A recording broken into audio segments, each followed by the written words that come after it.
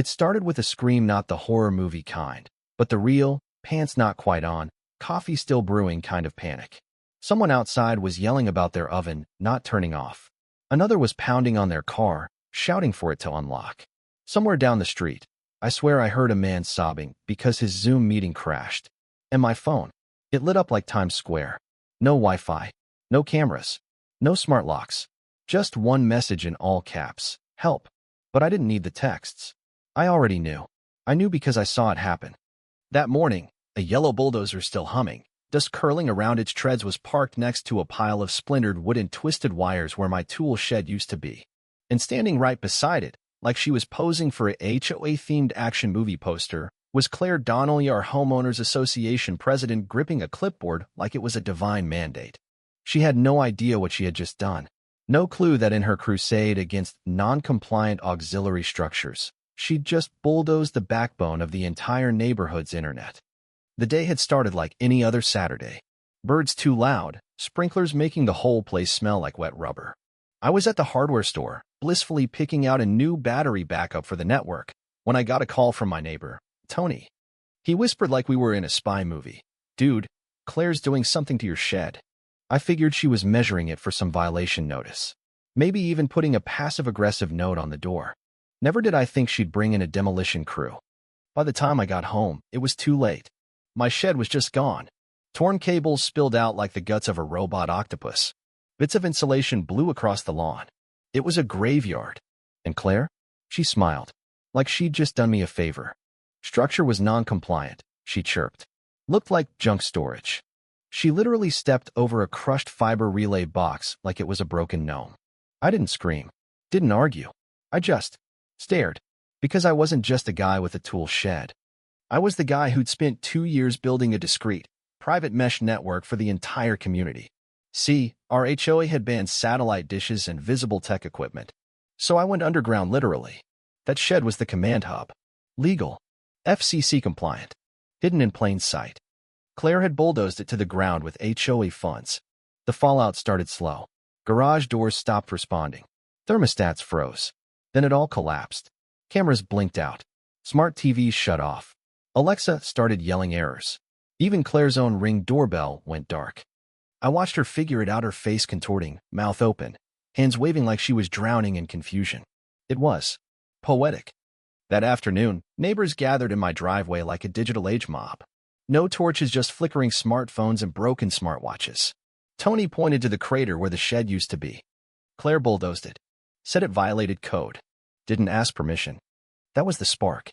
People turned and marched to Claire's house. Meanwhile, I was reviewing footage. My driveway cam still worked. It had its own power and uplink. I had everything on tape. Bulldozer. Claire directing the crew. Her stepping over the telecom plaquia legal requirement as if it was nothing. She didn't read it. Or didn't care.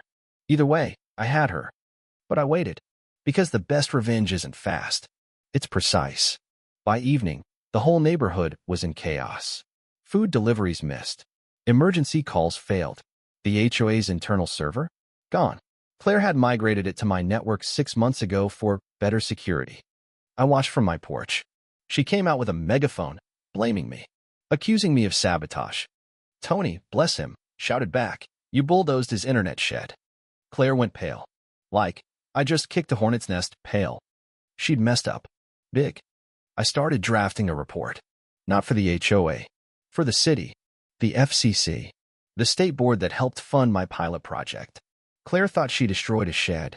What she actually did was destroy a federally registered telecom node. The next morning, the neighborhood looked like a tech apocalypse. Baby monitors glitched. Fridges beeped. Crypto rigs overheated. Claire walked around in her pink visor and tennis shoes like she was still in charge, telling folks it was a regional outage. It was laughable.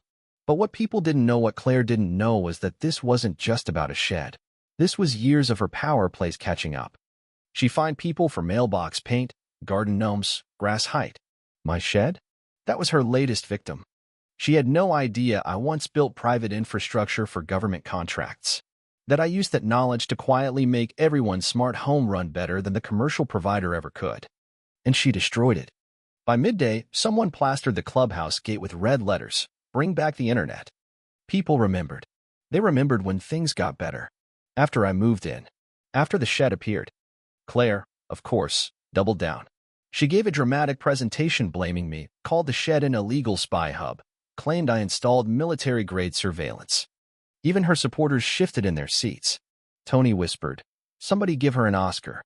When she clicked to a slide showing the shed mid-demolition like a victory photo, I stood up, walked to the projector, plugged in my USB. I have a few slides too. 10 minutes of proof.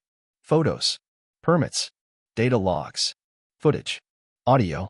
Her stepping over the telecom sign. Smiling. Silence followed. Sandy raised her hand. Why would she destroy it if it was helping us? Tony replied, because it wasn't HOA approved, and she can't stand not being in control. Laughter. But not happy laughter.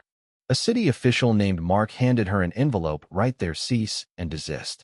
From the State Digital Infrastructure Office. Claire sat down. For once, silent. I didn't gloat. I just started rebuilding. Underground this time. Encrypted. Concrete shielded. Petty? Maybe. I even blocked Claire's devices from connecting. And it was working. The neighbors noticed. They came to me quietly. Grateful. Hopeful. Claire? She brought in a guy named Rick, her infrastructure expert from the flea market. He walked around with a cheap scanner that beeped at pizza delivery guys. It was comedy. She accused me again. I asked if she had a warrant. She didn't. Then came her final push-a petition to remove me. But my land wasn't even under HOA jurisdiction. It predated the community. I handed her a laminated copy of my deed. Through the mail slot. Neighbors mocked her now. One put up a sign, "I support local internet." Another made t-shirts. Claire cut the cord. But I wasn't done. I organized a community tech forum. 70 RSVPs. We filled the clubhouse. Gerald spoke first. Then Sandy. Then me. I explained the shed. The network. The destruction. No ranting. Just facts. Diagrams. Proof. Applause. Claire? Nowhere to be seen. A week later, the news ran a segment titled, "Neighborhood Hero Rebuilds Internet After HOA Sabotage." It aired footage of the barbecue we threw afterward. The new node behind Gerald's garage. Sandy crying, talking about safety. Claire wasn't mentioned. But the HOA held an emergency vote. She was removed, barred for 5 years. I watched from my porch as she loaded her car and drove off without a word. The new family moved in a week later. 2 toddlers. A goofy golden retriever. They smiled. I gave them the network password. Judy, retired librarian, took over as HOA president. Calm, kind, logical. And every night now, when the lights glow and the Wi-Fi hums and baby monitors quietly flicker to life, I smile. Not because I won, but because we did. And buried deep in the code of our network, there's a line that reads, "Shed Guardian Active." Just a quiet reminder of where it all began. If you've ever had to deal with a power-tripping HOA president or fought to protect something no one else understood, tell me in the comments. What would you have done? Was I petty or just right? Hit like, share this with your neighbors, and don't forget to subscribe for more real neighborhood tales that hit home. Until next time, stay connected and keep your sheds safe.